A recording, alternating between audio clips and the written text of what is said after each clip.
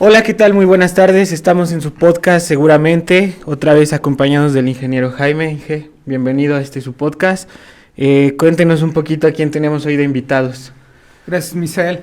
Pues saludos a todos y pues hoy tenemos, como siempre es característico, invitada de lujo. En este caso tenemos a Maripaz Herrera, gran amiga y especialista. Hoy vamos a hablar de la norma 035, riesgos psicosociales. Y bueno, vamos adelante. Sí, mire, para empezar, venimos un poquito de una conferencia que dio aquí en Secamain. ¿Cómo se sintió? Ay, pues muy contenta, además de que es mi tierra, Pisaco, y la verdad es que me vine muy abrigada Sí. porque ya sé que aquí hace mucho frío, entonces muy contenta, muy feliz, con mucha participación y bueno, pues mostrando a todo el público pues mucho interés sobre lo que es la norma 035. Ok, bueno, ya hablaba ahorita el ingeniero Jaime un poquito sobre que es especialista en esta norma, pero no sé si nos podría platicar un poquito de su trayectoria, en qué se ha desenvuelto, cuáles han sido sus trabajos, no sé, un poquito de lo que nos quiera platicar. Claro que sí, ¿tienen tiempo? Sí, tiempo hay. Pero lo que pasa es que cuando ya hemos recorrido un poquito el camino, ¿verdad? Pues mira, tengo 32 años de experiencia dando capacitación y consultoría empresarial. Es un área que amo, que me encanta hacer. Yo de formación soy contadora pública, hice un máster en desarrollo de negocios, especializada en empresas industriales, y además, bueno, con diplomados en finanzas, en evaluación de proyectos. Crecí en la Escuela de Nacional Financiera, entonces, bueno, pues ahí todo lo que tiene que ver con la evaluación y la viabilidad de los proyectos, bueno, fue una escuela muy importante para mí, además de capacitación. Y en los últimos 10 años, bueno, hice una especialidad tanto en felicidad en el trabajo como en la parte de psicología positiva. Y yo creo que los últimos 10, 12 años de mi vida profesional, bueno, hemos incorporado el elemento del factor de desarrollo humano, del talento humano, como un factor estratégico para el desarrollo y la productividad de las empresas. Porque si bien es cierto que la mente financiera siempre te lleva al último resultado si tuviste utilidades o pérdidas, lo cierto es que hay que atravesar un largo y sinuoso camino dentro de lo que es el desarrollo del talento y la cultura organizacional para que finalmente pues no se den los resultados que las empresas están esperando. Entonces soy una apasionada tanto de la parte de los números, las finanzas, la productividad, pero la verdad es que he aprendido mucho personalmente de la neurociencia.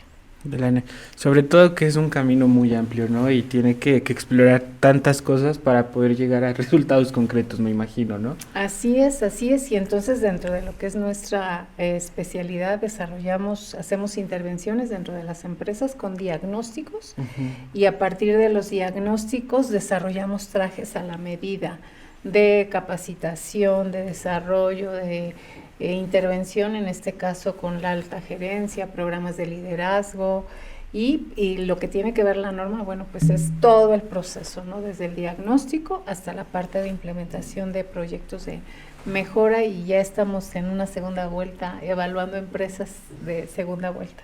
Ok, eso es muy importante también, ¿no? Que le brindan como esa credibilidad y esa confianza a sus clientes como para que puedan ir a una segunda, a una tercera vuelta, ¿no? No sé como cuántas veces se puede evaluar a una empresa o si va como por normativa, no sé. Claro, pues hablando específicamente de la norma 035, que es la identificación de factores de riesgo psicosocial, habla de que las evaluaciones, bueno, se tienen que hacer cada 2 años, ¿no? Porque estamos hablando de entes vivos, de organizaciones, en donde en el día a día, bueno, pues acontecen muchísimas cosas, ¿no? Nuevas líneas de producto, desarrollo de nuevas áreas, cambio de personal, llegan nuevos gerentes. Y bueno, lo comentábamos dentro de la conferencia, que la cultura organizacional, el clima laboral, pues es muy cambiante debido a todas las variables que están implicadas en el día a día. Entonces la norma 035 habla de hacer un diagnóstico cada 2 años al menos. Sí, bueno, comentarles que nuevamente El objetivo de los podcasts es compartirles conocimiento por este medio auditivo y pues la idea es traer especialistas en cada uno de estos ramos. En este caso, pues Maripaz es una de sus fuertes áreas, ya nos habló un poquito de su experiencia. No tenemos mucho tiempo para comentar todo, pero en resumen, pues también es un gran ser humano, también ha escrito algunos libros, y entonces toda esa experiencia pues hoy vamos a tratar de compartirles por este medio más sobre la norma 035. Adelante. Sí, bueno, pues ya entonces entrando en esta parte de la norma, no sé si nos podría explicar a grandes rasgos cuál sería el objetivo principal ya de esta norma. Claro que sí, con mucho gusto. Bueno, su origen, para empezar, surge en el 2018, antes de la pandemia, 2 años antes de la pandemia, surge en el 2018 ya como un decreto, ¿no?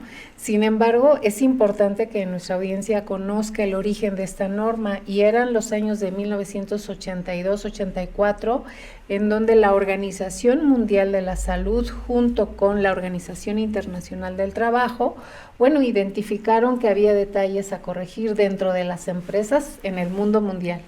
Y entonces dictaron una serie de recomendaciones a todos los países desde entonces, y fue en México en el 2018 donde saca el decreto el gobierno de la República para empezar a medir lo que son los factores de riesgo psicosocial. ¿Y qué son estos? Bueno, pues es todo lo que se vive dentro de la empresa, ¿no? Las condiciones de trabajo, las cargas de trabajo, la cultura, el tema de los liderazgos, las relaciones que hay entre las personas, el sentido de pertenencia, el reconocimiento del desempeño, la forma en cómo interactúan las personas en el día a día, y al final, bueno, por una parte, y luego, bueno, combinado con el propio perfil de cada colaborador, es en donde es la mezcla y se determina un factor de riesgo psicosocial que viene emanado de todo esto, de todo lo que es pues la cultura de la empresa.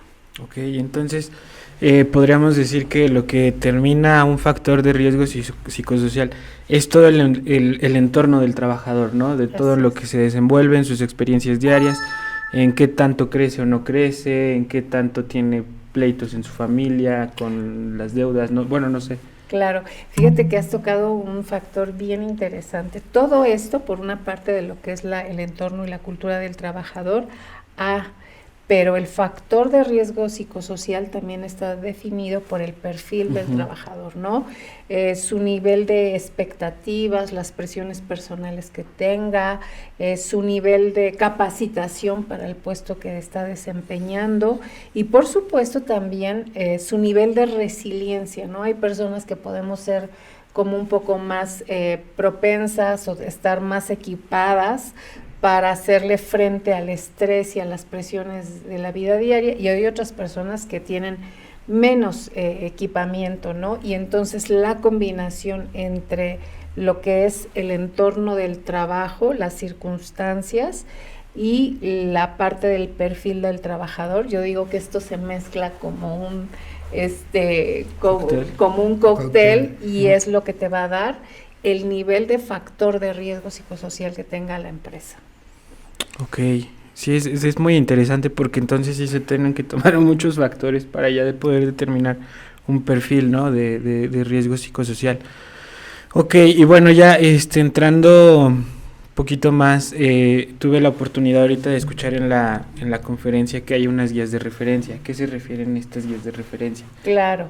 Pues fíjate que el propio decreto que sacó la Secretaría del Trabajo y Previsión Social, pues sacó toda una metodología, ¿no? Y eso, bueno, pues lo hace oficial, ¿no? Tú puedes, y la misma norma lo establece, que tú puedes llegar con tu metodología, pero la verdad es que esta es una metodología aprobada por un sinfín de especialistas e instituciones, lo que lo hace, la que hace que sea una metodología confiable.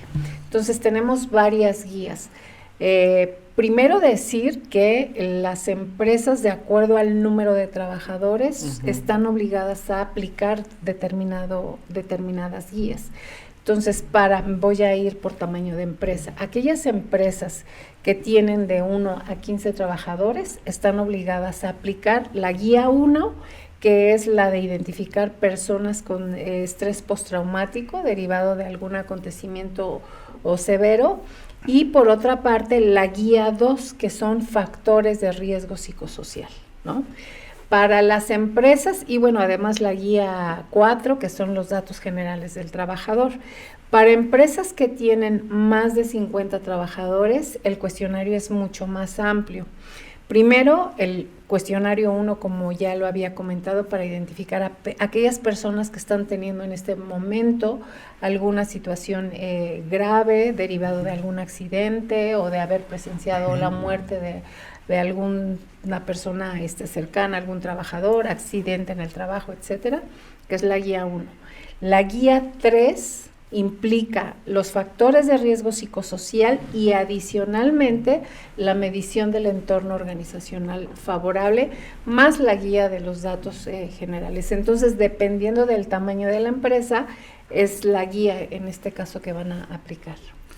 ¿Y estas guías de referencia se pueden utilizar como un diagnóstico para la empresa o es todo muy distinto? De hecho, las guías de referencia son las que, combinadas en los diferentes algoritmos, son las que el resultado, una vez que tú procesas, por ejemplo, en nuestro caso desarrollamos un software especial para hacer el vaciado de todos los cuestionarios que han sido respondidos, y a partir del algoritmo de la norma poder definir, te da el diagnóstico y al mismo tiempo te da el nivel de riesgo psicosocial, que como lo comentamos en la conferencia y como está establecido en la norma, son 5 niveles, que es riesgo muy alto, alto, medio, bajo y nulo. Bueno, yo hasta ahorita no he visto ninguna empresa que no tenga riesgo psicosocial, porque hasta Disneylandia, ¿no? O hasta los cruceros, bueno, pues todas las empresas tienen siempre algún factor de riesgo psicosocial. Sí, bueno, aquí haciendo un pequeño paréntesis o recuento, entonces, pues esta norma oficial aplica en toda la República Mexicana, sin importar el tamaño de las empresas. Hace 3 categorías, pero muy claro, aplica para todo tipo de empresa, todo tamaño, ¿no? En toda la República Mexicana, de 1 a 15, de 16 a 50 y más de 50. Y ya se canalizan de acuerdo a las guías que apliquen de acuerdo a su tamaño. Pero sin excepción, sea un giro alimenticio, de bebidas, de transportación o algo, aplica para todas las empresas, todo tamaño de empresa. Adelante, continuamos. Sí, y bueno, creo que nos saltamos un poquito esta parte, pero ¿cuál sería una definición ya de lo que es un factor de riesgo psicosocial? Ok, pues vamos a definirlo de una forma como muy sencilla, y son todos los factores físicos, es decir, el ambiente físico del centro de trabajo, los aspectos psicosociales que se dan a partir de la interacción humana y los aspectos organizacionales que están dados a través de las políticas, los procedimientos, y que combinados estos te dan un factor de riesgo psicosocial que se define como un tema que se puede traducir en un estrés agudo o grave en los colaboradores, y se puede desencadenar en lo que hoy, en la reciente modificación a la Ley Federal del Trabajo, se ha emitido, como es el caso de las enfermedades mentales. Y yo creo que este es pues un acontecimiento interesante para las empresas a considerar, dado que pues anteriormente no era un riesgo de trabajo las enfermedades mentales, y la Ley Federal del Trabajo en pasado diciembre, bueno, pues ya salió el decreto. Sí, es un punto importante, ¿no? Diciembre de 2023 se reconocen nuevas enfermedades de trabajo, y las enfermedades mentales, que van en crecimiento en todo el mundo, forman parte de lo que hoy se puede considerar un riesgo de trabajo, y derivado de varios factores psicosociales o su origen en el trabajo. Entonces, esto también es algo para lo que es importante prepararse, ¿no? Entonces, pues es muy importante en este caso que las empresas cuenten con un examen médico completo, no solo del aspecto físico, sino también psicológico, para ver su estado al ingresar, y conforme va evolucionando o transcurriendo 5 años, 10 años dentro de la empresa, pues uno de los compromisos es mantener el estado de salud físico y mental, ¿no? Entonces, sí, son de los grandes retos que se tienen en la actualidad. Sí, yo creo que este cambio desde la aparición de esta norma, que la verdad es que a mí me gusta mucho esta norma, porque en primer lugar, bueno, pues es un diagnóstico de la situación que tiene la empresa, no de la situación o la problemática emocional, psicológica de los trabajadores, sino lo más importante es este malestar que pudieran estar presentando los trabajadores, ¿cuál es el origen?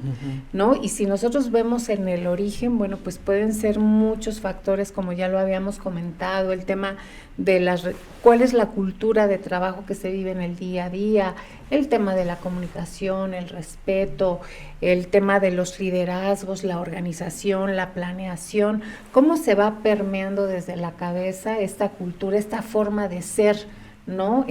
Parte de una empresa, y que ese diagnóstico, bueno, pues es un documento que no es estático, no se queda ahí la aplicación de la norma. Yo creo que aquí lo más interesante y lo que nosotros hemos experimentado en las empresas en donde ya estamos haciendo evaluaciones de segunda vuelta, es que pasan cosas y cosas positivas, temas que no se habían considerado con respecto al tema de los liderazgos, la definición de las políticas de reconocimiento, un sistema de reconocimiento del desempeño de los trabajadores, una política, un protocolo de atención a casos de violencia, protocolos de atención a casos de acoso, hostigamiento laboral o incluso también sexual, y que no se daban. Al implementar esta norma a través de las políticas, bueno, pues esto va evolucionando y va creciendo la madurez, ¿no?, del ambiente laboral y la madurez de los propios trabajadores en tener ambientes mucho más propicios, ¿no?, para el trabajo, en donde pues llega el lunes o el domingo en la noche y todo el mundo está muy feliz porque dice, ya mañana me voy a trabajar.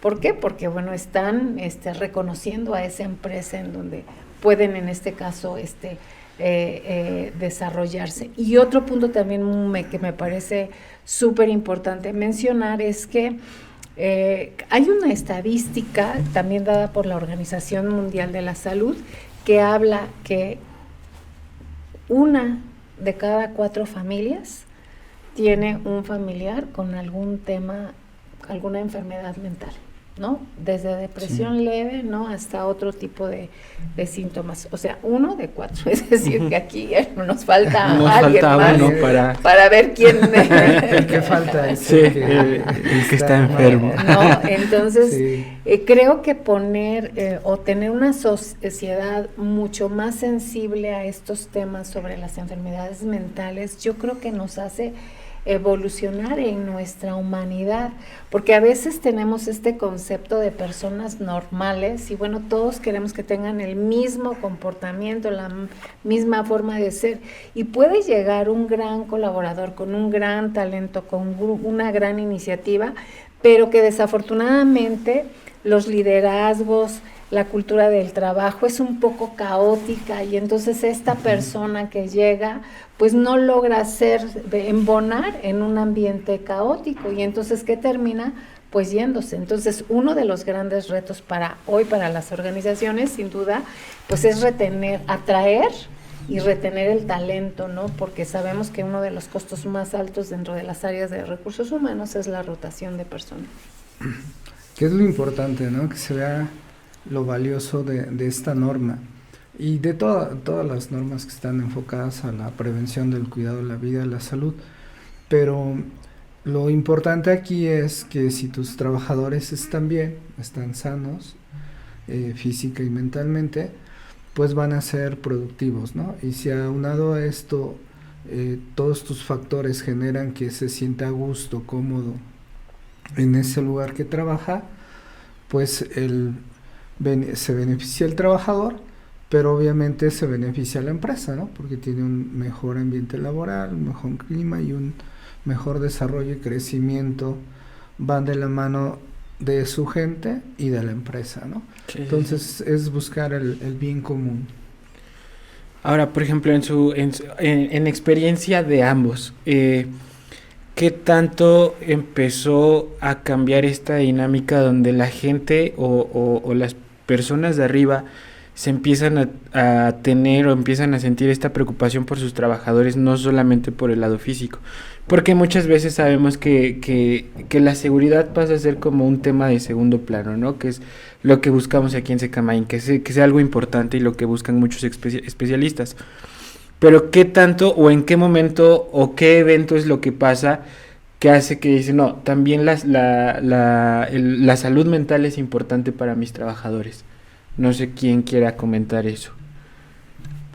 Bueno, adelante. Sí, bueno, yo creo que definitivamente todo está en evolución, ¿no? Y después del COVID, yo creo que el COVID nos vino a mostrar una realidad, una vulnerabilidad, una situación a la que posiblemente no estábamos preparados. Y entonces sí vino a sacudir como mucho la sensibilidad, tanto en directores generales como en áreas de recursos humanos, en donde pues todos nos sentimos expuestos, vulnerables, y se vio, si es muy cierto que ya había salido la norma 2018, desde luego que al tener la pandemia en el 2020, 2021, bueno, pues identificar cuál era el nivel de estrés, de ansiedad que tenían en este caso los trabajadores, pues era importante en este caso detectarlo. Entonces yo creo que esa crisis que tuvimos con el COVID junto con la norma para el caso de nuestro país, pues fue favorable porque vino a sensibilizar más a los tomadores de decisiones, y pues todo está evolucionando. Y creo que cada vez las empresas estarán, mi perspectiva, mi luz, veo que cada vez va a haber gerentes de generales, directores de planta y de recursos humanos mucho más sensibles a estos temas, al tema de las enfermedades mentales, porque además, bueno, pues les toca vivirlos en el campo de batalla, entonces no hay forma de taparse los ojos, entonces hay una necesidad real de aplicar la norma, y no solamente la norma para cumplir con la autoridad, sino tener diagnósticos cada vez más completos que les lleven a tomar acciones, ¿no? Que puede ser desde la parte de poner orden en las empresas, como habíamos visto, dar capacitación.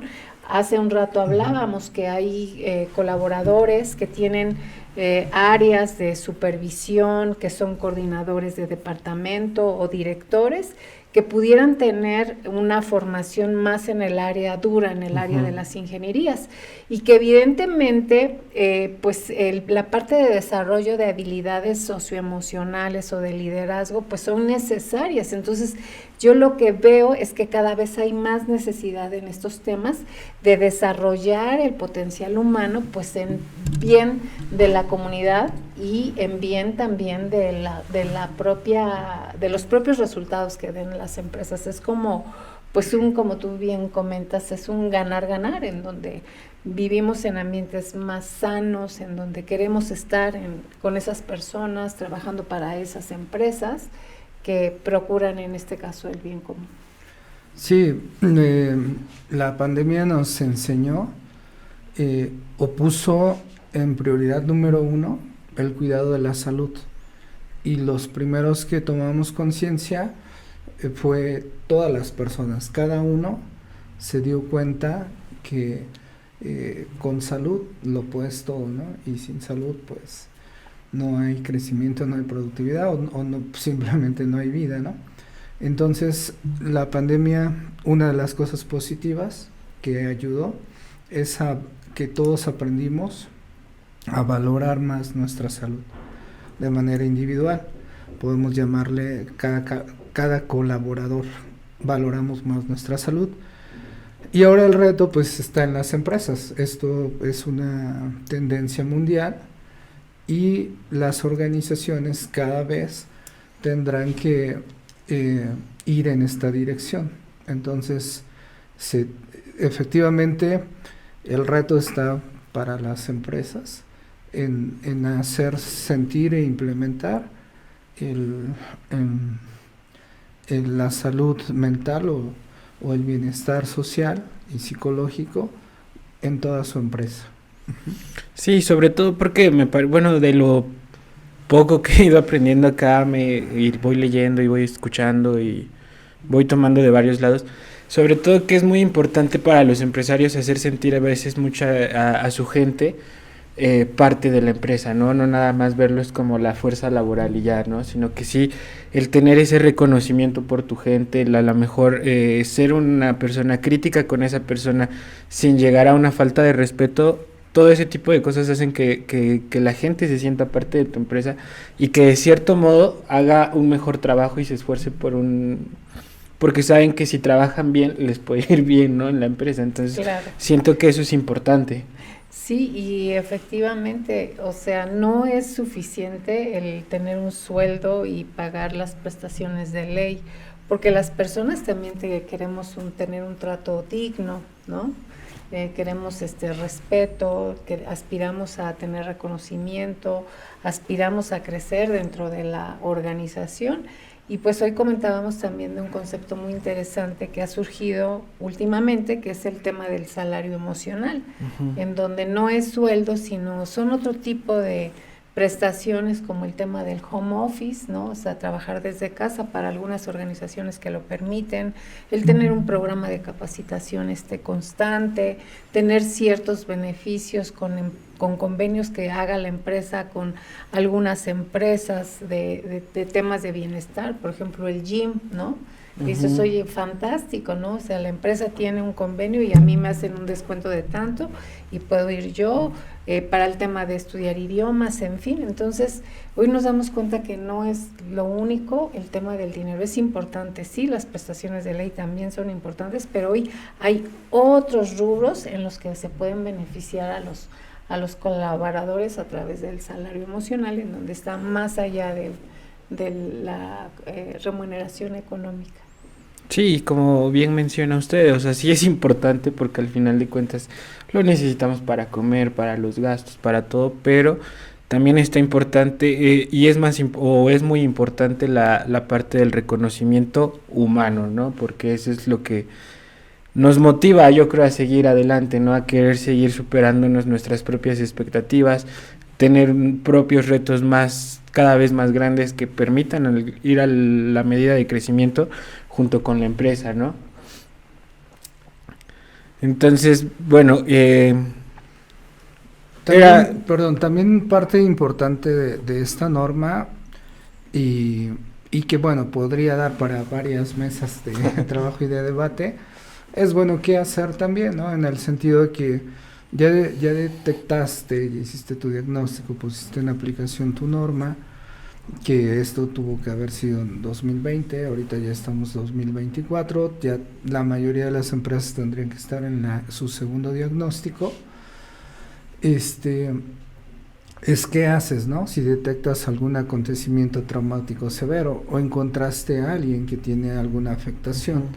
Entonces, también eso es lo importante, y lo importante es que te acompañes de profesionales, porque, ok, bueno, si ya lo detecté, si tengo 1, tengo 3, tengo 5, tengo 20, ¿qué voy a hacer, no? Entonces, es un compromiso, obviamente, de las empresas tratar de desarrollar, no simplemente es lo corro, lo cambio, lo quito ya, ¿no? Sino ayudo a contribuir o a buscar su mejora, ¿no?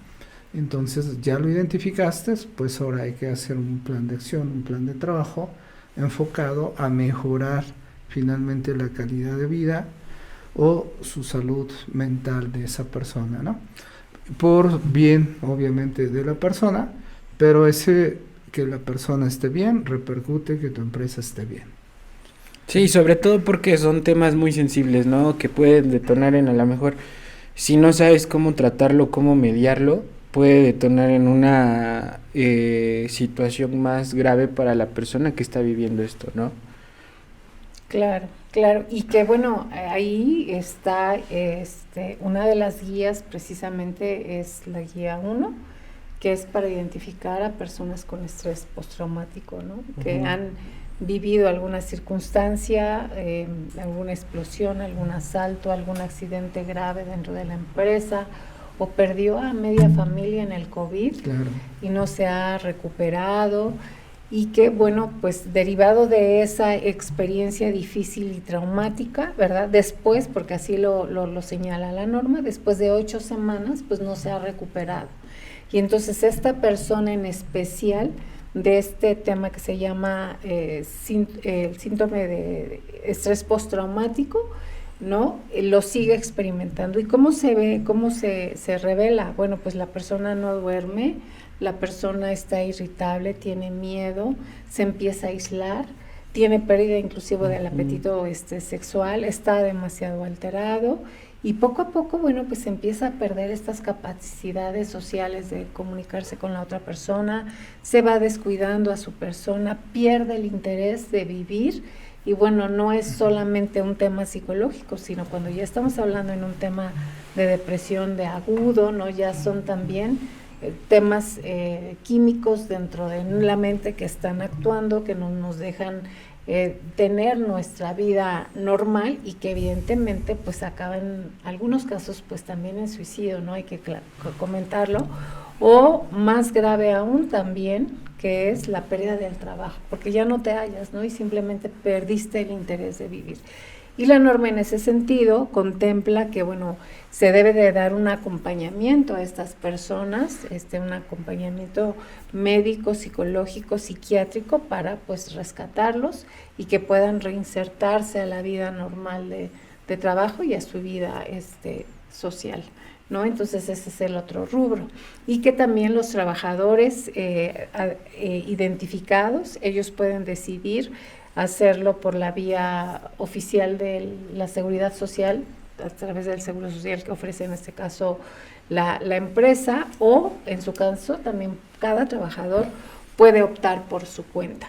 Decir, importante también, que toda esta información pues es de absoluta confidencialidad, o sea, el área de recursos humanos es la única responsable de este manejo de datos, porque bueno, son datos sensibles, y pues todas las personas deseamos que las situaciones que estamos viviendo, dado que todavía no tenemos una cultura de aceptar el tema de las enfermedades mentales, pues preferimos que se guarde en secreto, ¿no? Que nadie más lo sepa, porque pues nos podemos sentir expuestos, vulnerables. Entonces, bueno, pues también es importante decir que están obligadas las áreas de recursos humanos o los sabedores de la situación de un trabajador, que son las altas gerencias, en guardar en absoluta confidencialidad esta información. Sí, eso es importante, ¿no? De la aplicación de esta normatividad y de su seguimiento, que todo tiene que ser con absoluta confidencialidad, ¿no? Para que también los resultados sean confiables, ¿no? Es una de sus características. Sí, sobre todo porque, pues como bien mencionan, son temas sensibles, ¿no? Y si a veces incluso hasta por una situación que pasa nos da pena admitirlo o hacerlo saber por el miedo al que dirán, pues ahora imagínense cuando detectan ya un problema un poco más grave, ¿no? Sí, nos hace falta como sociedad, dentro de las familias como sociedad y en la cultura laboral, muchísima sensibilidad y educación sobre el tema de enfermedades mentales, ¿no?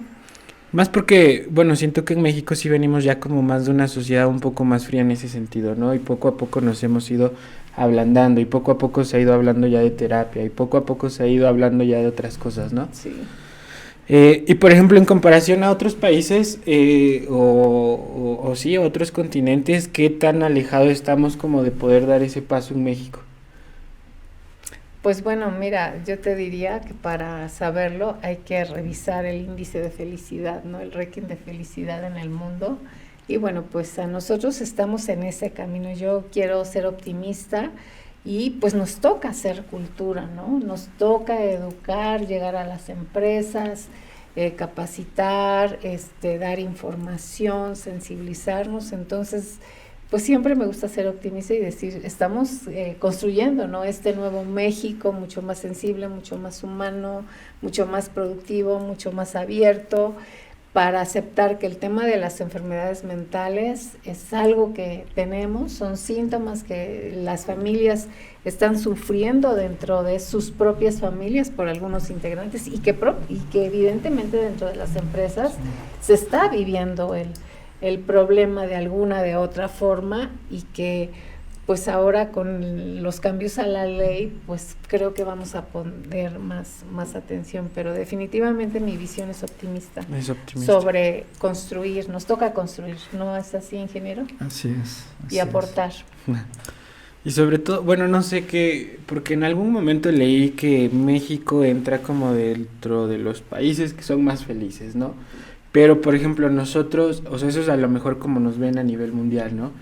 Pero nosotros como residentes del país es como vivimos asaltos, vivimos secuestros, vivimos violencia, ¿no?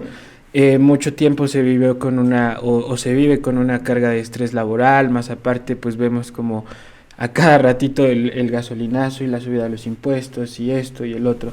Todo eso afecta, ¿no? Y es contrastante. Entonces, ¿cómo podemos tomar esos resultados que en algún momento nos dicen, México está dentro de los países más felices del mundo? Sí, es muy interesante tu observación, y sí, todos los estudiosos de la felicidad, pues siempre es como el caso mexicano, ¿no? Al que siempre hacen referencia, y posiblemente sea pues nuestro nivel educativo, nuestro nivel sociocultural, pues ser un poco apáticos, indiferentes a la situación económica, política de lo que está pasando en nuestro país. Y entonces cuando llegan y te preguntan en una escala de 1 a 10, ¿usted se considera feliz? Sí. ¿No? 8, ¿no? ¿Te consideras feliz? Bien.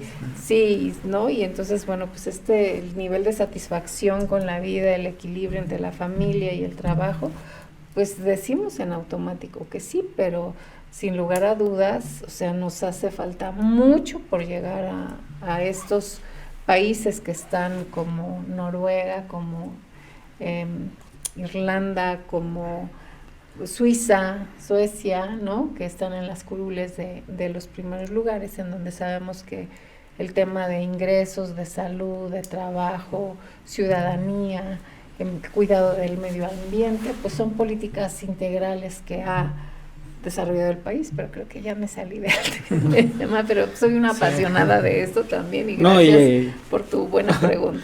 Al contrario, o sea, a nosotros nos encanta enriquecernos de estos temas, sobre todo porque son temas que nos competen a todos, y más porque es igual parte fundamental de la seguridad laboral, ¿no? Entonces, no sé, ingeniero, si hay alguna otra cosa que se me esté pasando, alguna duda que usted tenga, alguna pregunta.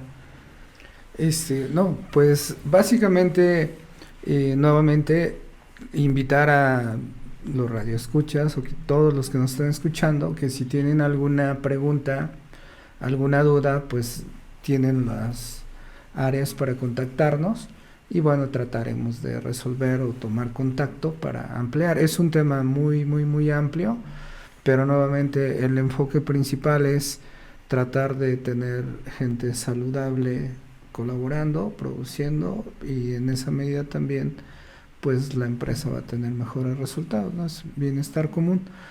Y obviamente sí va a haber muchas dudas, nuevamente también con esta nueva reclasificación o nueva actualización de nuestra normatividad, pues hay nuevas enfermedades que van a entrar como enfermedades de trabajo, el mismo COVID.